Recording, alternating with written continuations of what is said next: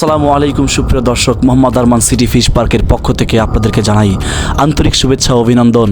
প্রিয় দর্শক, দেখতে পাচ্ছেন আমাদের পুরুষ মাছগুলোকে আমরা এখন ধরেছি। এই পুরুষ মাছগুলোকে আমরা এখন আলাদা করব যে কোন মাছটি আসলে হরমোনের জন্য প্রস্তুত।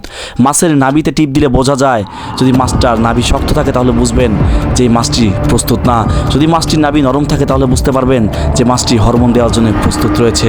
আর পুরুষ মাছের হরমোন ছাড়া অবশ্যই প্রজনন করা সম্ভব নয়।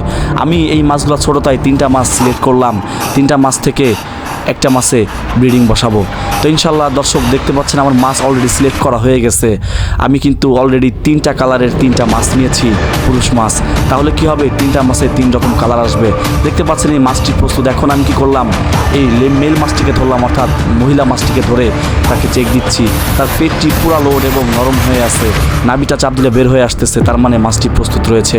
আশা করা যায় আগামী 72 ঘন্টার মধ্যে এই মাছটি ডিম ছেড়ে দিবে এবং তার 72 ঘন্টার ভিতরে ইনশাল্লাহ মাছের ডিম ফুটে বাচ্চা বের হবে। দর্শক, দেখতে পাচ্ছেন কোনো রকম পলিসি ছাড়াই শুধু পানিটাকে আমি 2 দিন আগে প্রস্তুত রেখেছি। প্রস্তুতের জন্য কোনো কিছুই দেই নাই, শুধুমাত্র পানিতে এখন অক্সিজেন মেশিন লাগিয়ে রেখেছি এবং পানিটা যাতে প্রাকৃতিকভাবে অক্সিজেন তৈরি করে সেই জন্য 2 দিন রেখে দিয়েছি। 2 দিন পরে কিন্তু আমি মাছগুলোকে ব্রিডিংয়ের জন্য বসেছি। দর্শক, কোনো ঝামেলা ছাড়াই আপনারাও করতে পারেন ব্রিডিং। আমরা আপনাদেরকে ফ্রি ট্রেনিং দিয়ে মাছ দিয়ে করতে পারি, আপনাকেও